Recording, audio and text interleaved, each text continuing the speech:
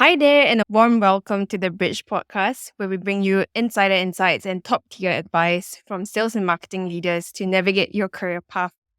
I'm Agnes from HubbedIn, and in today's episode, we are thrilled to have Julie Novikova, a B2B marketing leader for software solutions. With over 12 years in Veeam software, she has worn multiple hats, most recently as a vice president in field marketing for EMEA markets. Some of her achievements include increasing digital leads by 70% during the COVID pandemic and consistently recording double-digit revenue growth for the company. Currently based in Argentina, Julie's focus is on helping business leaders grow through cultivating excellence and coaching C-suite executives and entrepreneurs. Don't miss today's podcast as we delve deep into key marketing insights and tips to help you grow as a marketer today. Hi, Julie. It's fantastic to have you with us. How are you today? Hi, this yeah, it's great, and I'm real pleased to be here. Thanks for having me. It's a real pleasure for us too. Could you tell us a bit more about yourself and how you got into marketing and then eventually coaching? Yeah, absolutely. My career journey began from engaging in FMCG promotion, basically out of sheer boredom, while in my first year at university. Wanting some professional experience alongside studies, I basically had to conceal my study while working at a PR agency later. And then, still being in university, I ventured internationally through work and travel programs in the US and the UK. And afterwards, still on my thesis, I entered an auditing sector as a PR manager. And a year later, basically transitioned to software, to a rapidly growing IT startup, Veeam software back then, where I seriously moved up the ladder and growing from email communication specialist to managing an expanding team, observing the company grow from 600 to 4,500 employees globally, getting ready for an IPO. Not sure when eventually it happens, though it's been exciting to see that growth, and my role eventually involved lots of contributions to marketing strategies, digital marketing, eventually leading me to the vice president role in the field of marketing group. Though challenges emerged, and notably the pandemic happened, we tried to shift to digital for my team, which was kind of a hurdle. Yet, despite some initial concerns, we managed to not just meet the targets, but even exceed them, significantly outperforming the competition back then. Transformation for me and my team when our office relocated to another country and we had to restructure the team due to substantial losses. Yet we managed to get back operationally within just a few months, and even more so, we integrated the team motivation, which I'm immensely proud of. And most recently, yeah, as you mentioned, I've transitioned into coaching and consulting, utilizing my expertise to mentor others. To basically, I stepped away from the corporate world after the arrival of my son, who is 10 months old now. Yeah, that allowed me just to basically share my wisdom, still dedicating substantial time to my family. Well, thanks for sharing. I mean, it must be quite a transition, right, to be marketing throughout the years and then to COVID and then now helping others through You read it. coaching. Yeah. Okay.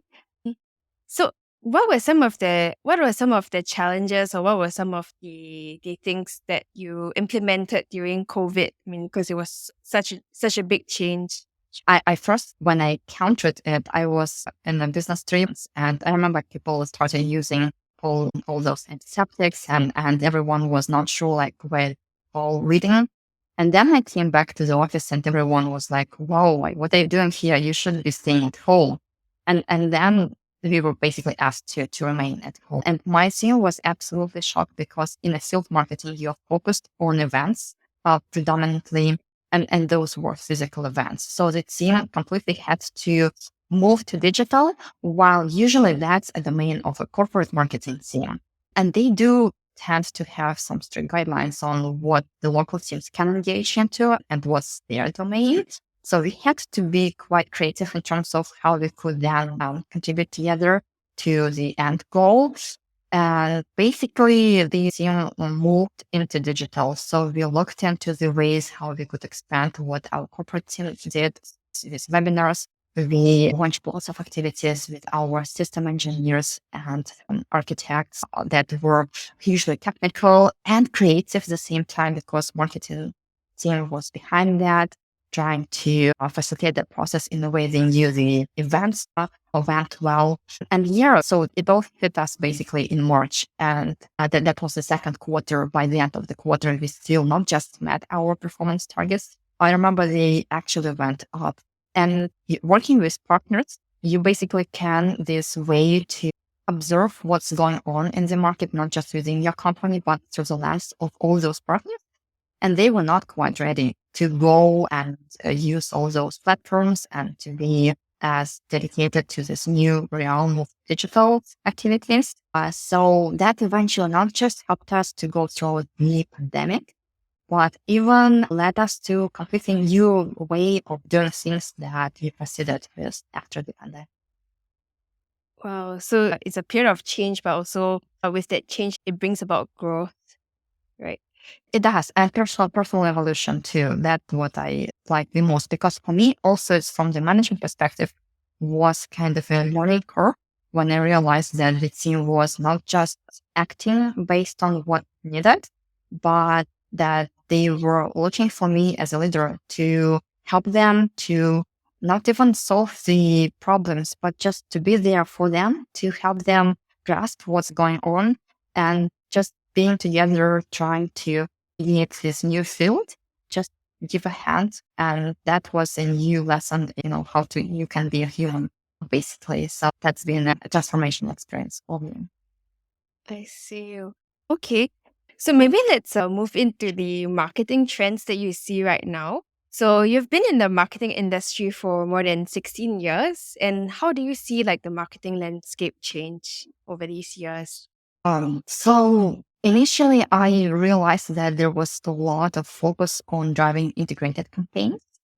Basically, it's easier to picture using the funnel that's well known in the sphere of marketing, when you capture leads at the top of funnel and you progress them throughout that funnel using some white papers, and your end goal is to convert them into paid users. And from a corporate standpoint, you have multiple teams doing that job, contributing at various stages.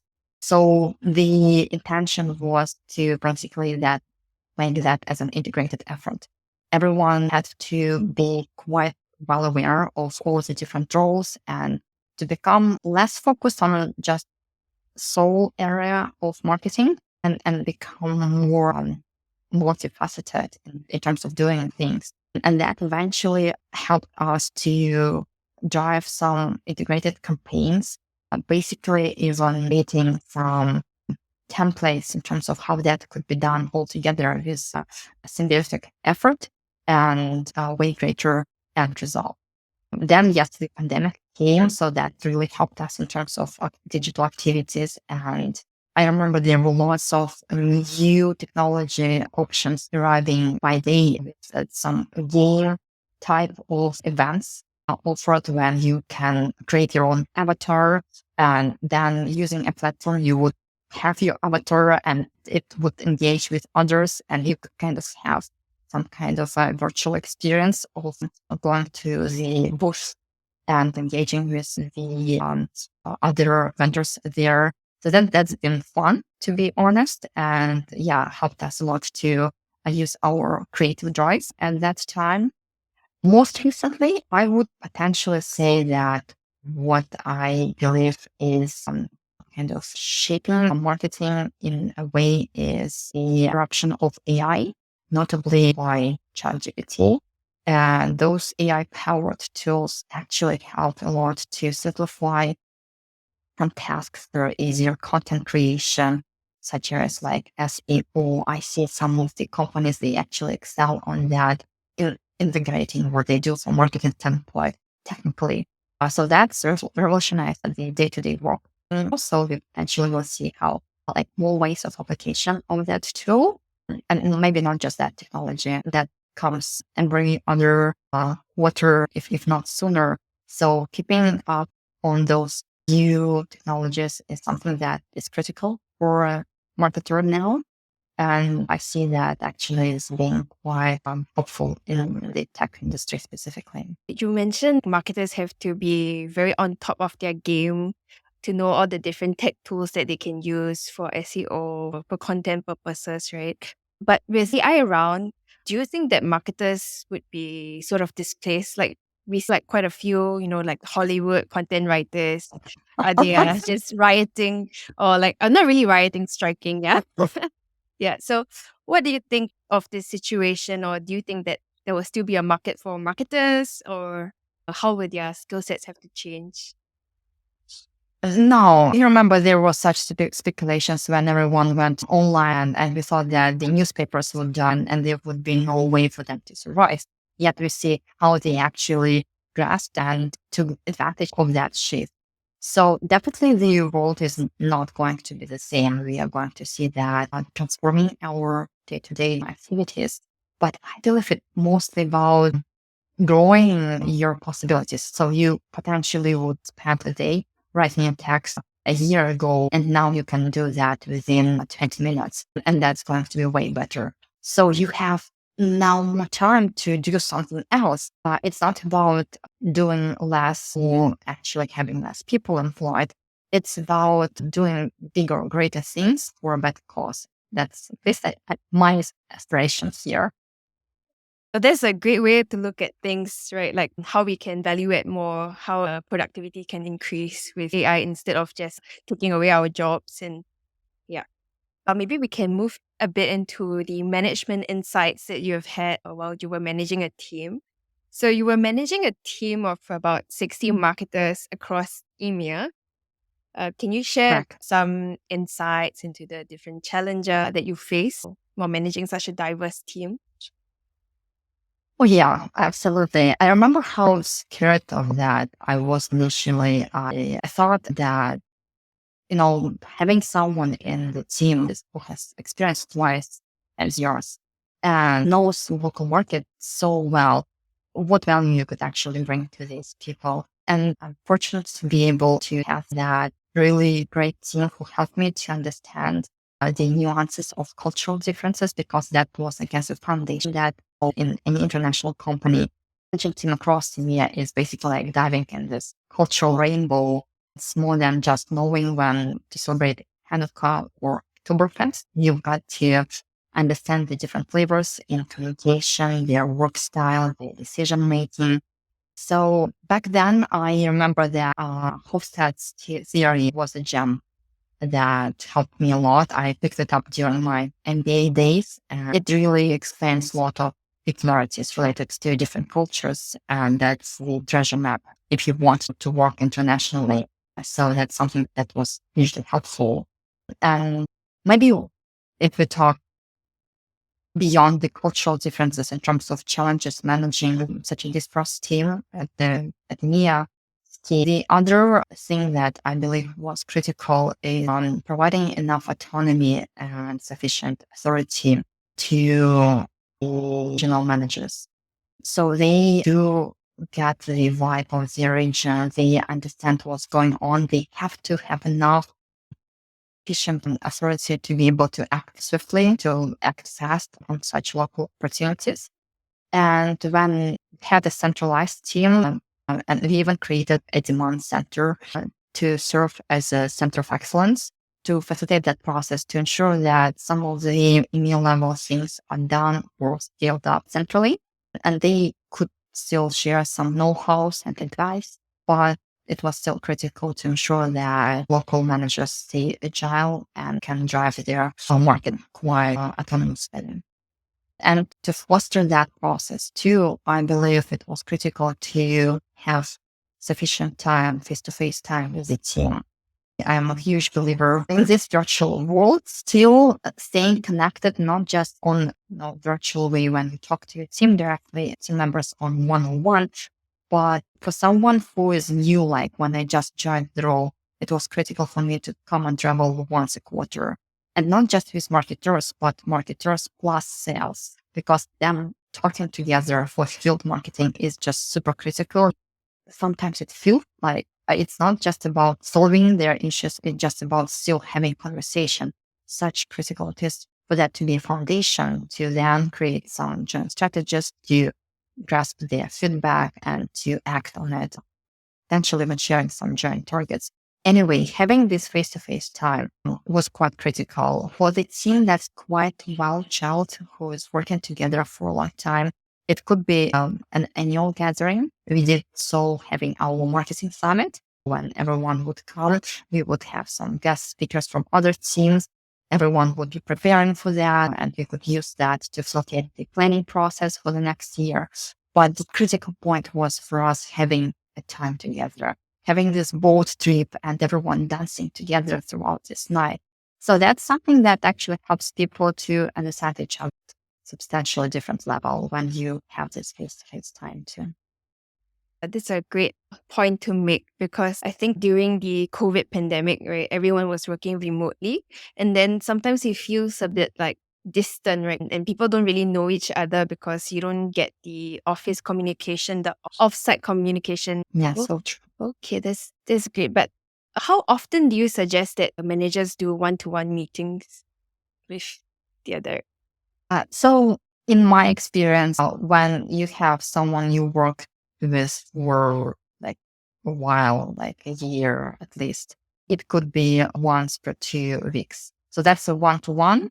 I usually was quite notorious doing some notes. So I would come and go and check what notes I took when we had a conversation previously, would come back to that.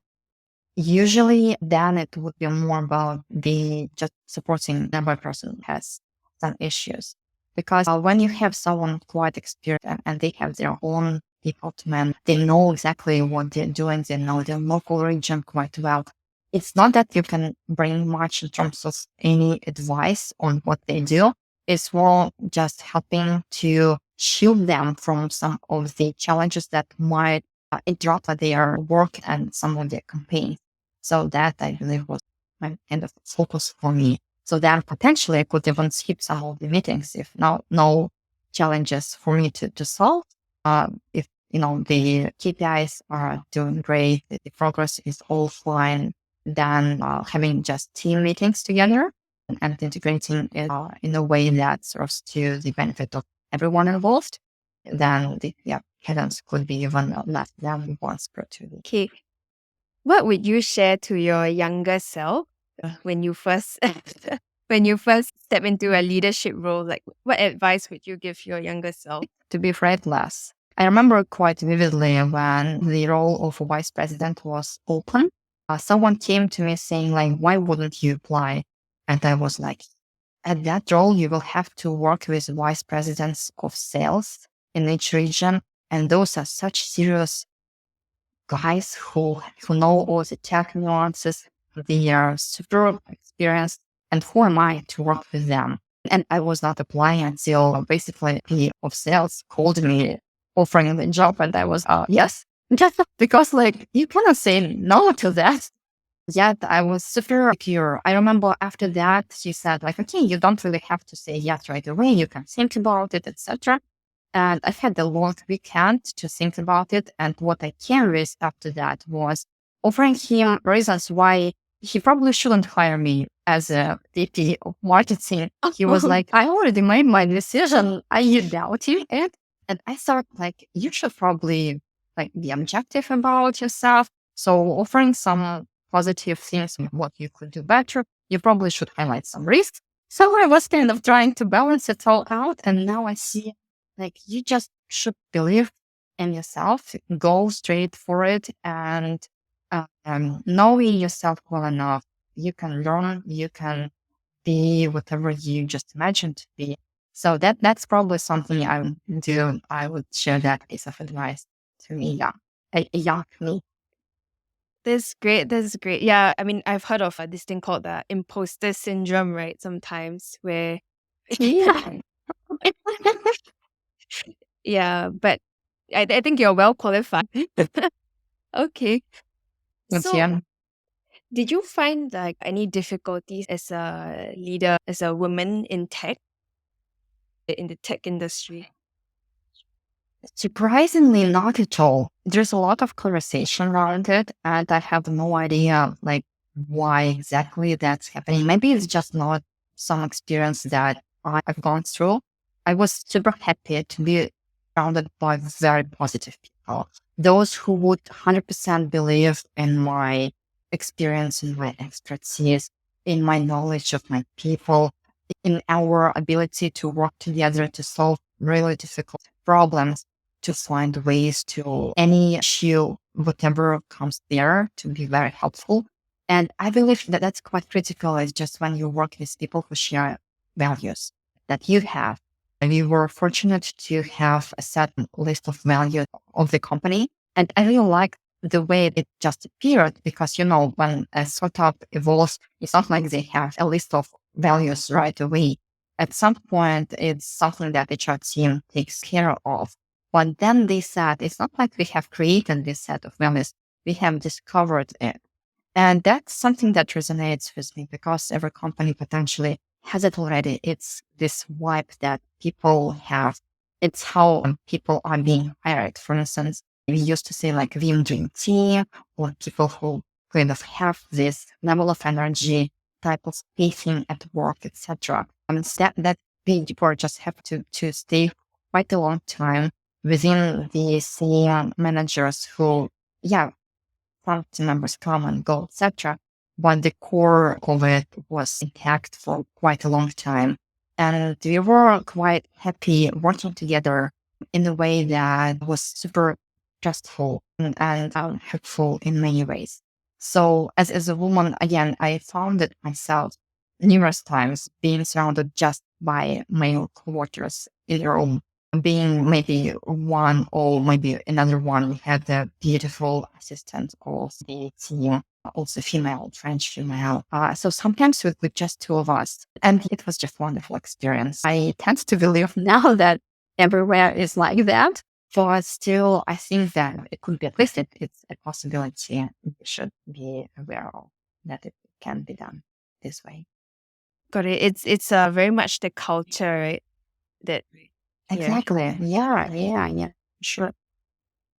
Okay. So maybe just wrapping up on leadership styles and on the leadership and management topic, were there any particular like management or leadership style that you found to be most effective in the organization?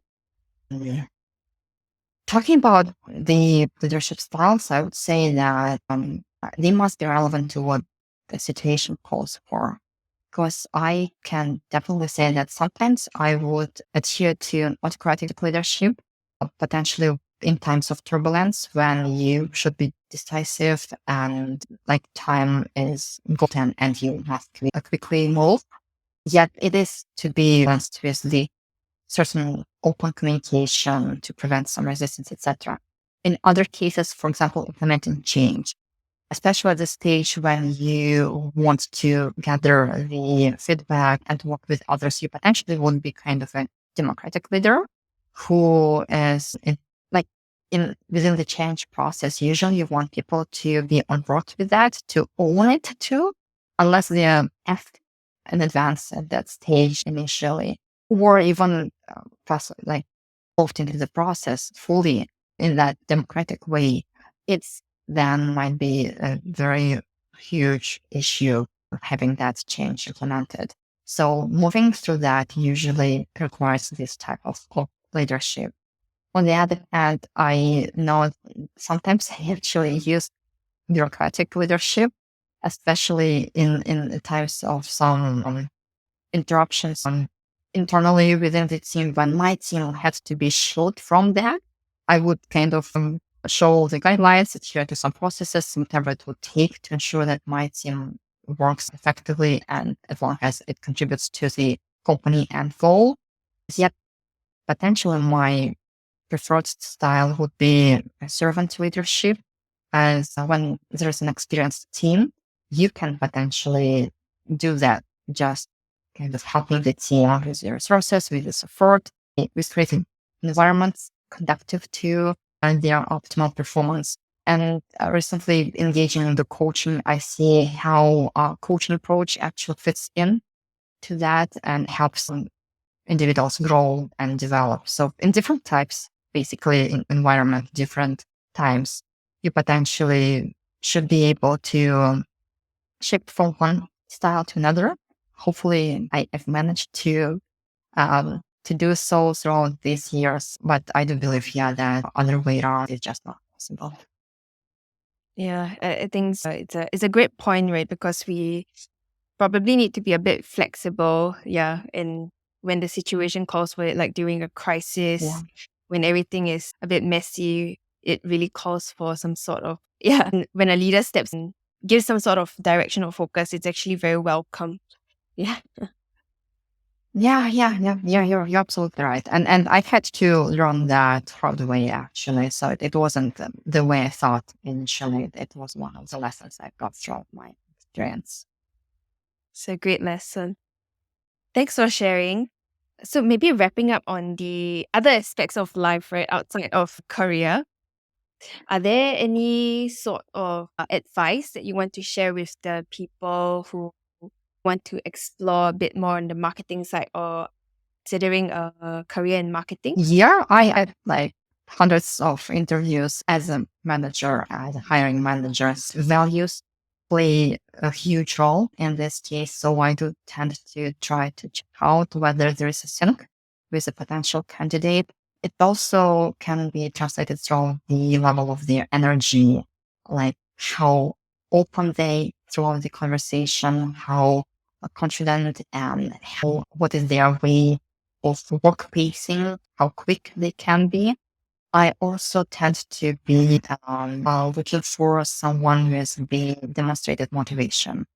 Sometimes it's not just about being motivated, it's about showcasing your enthusiasm. Examples potentially could include such things like creating a mock promotion plan for an interview or even wearing a shirt in a corporate color. I remember once we were absolutely blown away by a candidate who offered to travel from Belgium to Paris for a possibility to have an interview face to face instead of a virtual one. So anything that could help you stand out would actually be helpful. Sometimes it's possible to be done throughout the presentations. We often use some of the test tasks that are open to a candidate to decide in what way to deliver it. Yet the slide deck usually is the most commonly chosen way. And knowing how to deal with slide decks, how to deliver it is something that is a great opportunity to stand out. And I would definitely recommend if some people looking into ways to do so, to learn and read some of the books related to delivering on presentations to creating slide decks. A couple more things would be potential looking into diverse background. So when I have a team that is kind of focused on, let's mention B2B marketing, then potential looking to someone in this B2C background would be super beneficial because that adds different viewpoints to the team, really complements to their skills. Might be critical thinking. That also another thing that I try to test out throughout the interviews. Sometimes you see people coming with technical background already. So for a marketer, I think that that's a huge plus. So you kind of show that some of the things you kind of can apply it in a hard way to what you do, how you think about potentially complex issues and problems. Sometimes I have some scenario-based questions or exercises, or maybe even mathematical problems to solve through an interview.